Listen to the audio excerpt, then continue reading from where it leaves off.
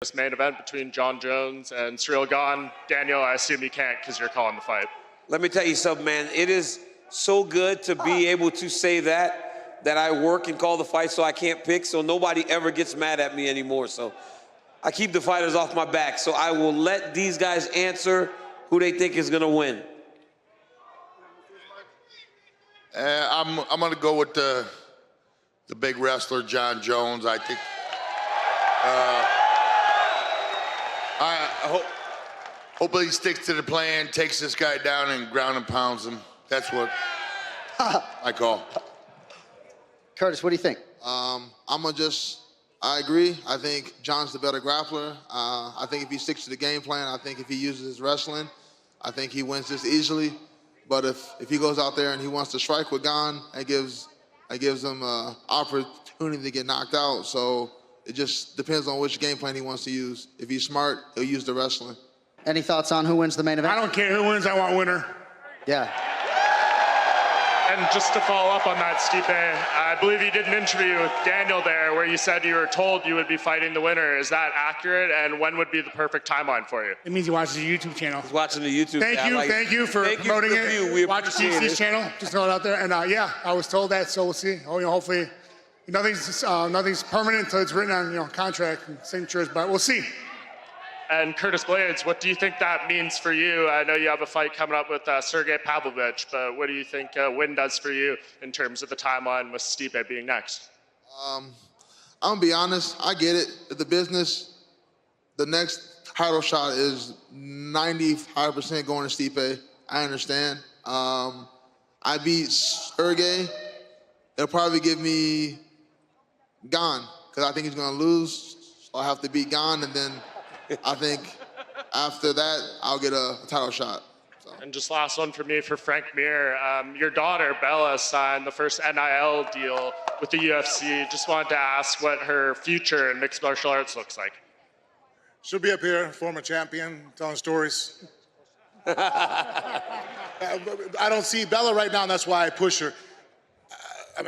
Arguably, I think I have one of the greatest mindsets when it comes to MMA and understanding it and articulating what's going on. That being said, my daughter has all my strengths and none of my weaknesses. She's phenomenally disciplined and focused, and nothing can distract her. I think everybody else needs to figure out what weight class is she in and either eat more or eat less. You've become sober. Life has never, ever been better. Even when I won the UFC, I got about almost 2 years sober now. I checked into rehab, got my shit together, changed my life, saved my life. I'm so at peace right now. I've never had peace in my life. My kids, just looking at my 3 daughters, I'm so blessed. They're my life. And I'm so grateful to be a part of this, the greatest sport in the world. Let's go, Stipe! Get it! Jiggy! Yeah! I'm embarrassed. You guys have provided so many iconic moments. Mark Coleman winning the 2000 World Grand Prix, being in the corner with Kevin Randleman, one of the greats of all time. Curtis Blaydes beating Overeem Hunt. Frank Mir breaking Tim Sylvia's arm, and the 2 fights between Daniel Cormier and Stipe. But what would you say is the most iconic moment of your careers? Mark, can we start with you? The most iconic moment of your Hall of Fame mixed martial arts career? It's really tight. The UFC, being the first UFC heavyweight champion, that's as big as it gets. But losing 3 fights in a row and having pretty much the whole world tell me I'm an old turd at 32, and then being able to come back and win the Pride Grand Prix, I think my emotions after that spoke for itself. It was, shut the fuck up, I'll tell you when I'm... The Hammer, man. Stealing the show. Curtis Blaydes, most iconic moment of your career, sir.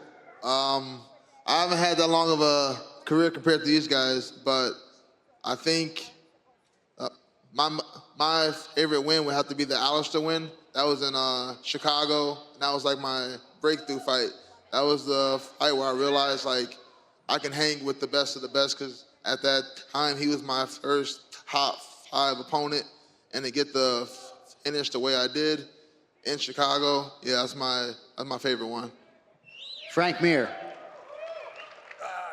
My second fight with Nogueira, just because in the fight and who he was, I think that the reputation of who was going to be the best heavyweight submission artist, you know, at the time, and I think that kind of solidified it for me in that fight with him. It was always an argument between Nogueira, myself, and Verdum, and then for Nogueira and I to be fighting, and really the way the fight went, because he caught me with a shot, I was hurt. He put me in a guillotine, it looked pretty bad. And for me to work myself through it and then not only win, I won decisively. I think they said it's a spiral fracture in 9 different places. It's a pretty definitive way to put a I would say so. Stipe, you've had a lot of huge wins. What tops the list for you? I mean, you think I'll say like winning a title, but honestly, I don't think it's a moment, but I think just an experience. Just like meeting all the fans all the time. You guys would make the sport awesome and make it bigger. I think it's just, you know, just the whole experience, and I think I'll never forget that. All right, DC, what do you got? I'm gonna say whatever I want. I just was whispering to Stipe that I was gonna say that it was the moment I beat him. I don't remember it. I became the double champ, man. That was a great moment. That was the best. I figured you might go that direction. Yeah, the hammer. And finally for DC, DC, we saw on Embedded, you got to wrestle with Cyril Gane a little bit. Do you feel like he's ready for what's going to come out there?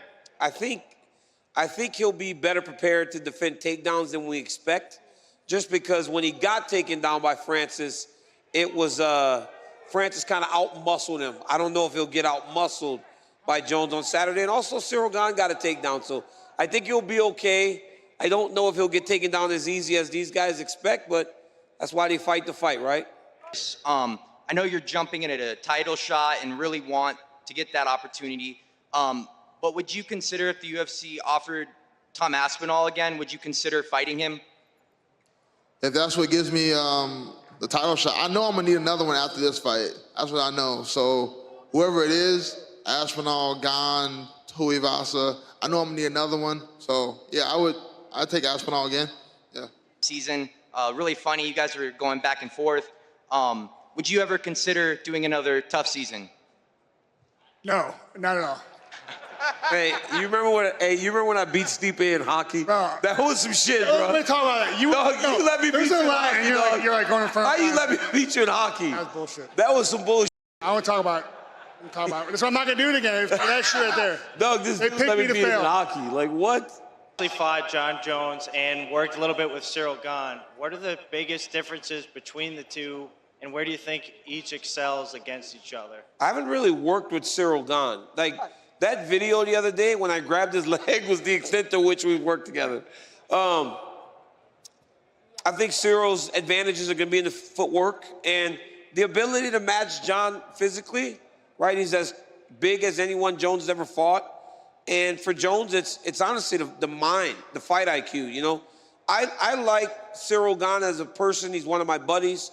But even he'll tell you that leg lock he tried against Francis Ngannou essentially cost him a championship. Jones would never make that mistake in a fight, right? So Jones's biggest advantage is his mind and to be able to stay locked in the fight. Cyril Gane's gonna have to match that if he wants an opportunity to win tomorrow night.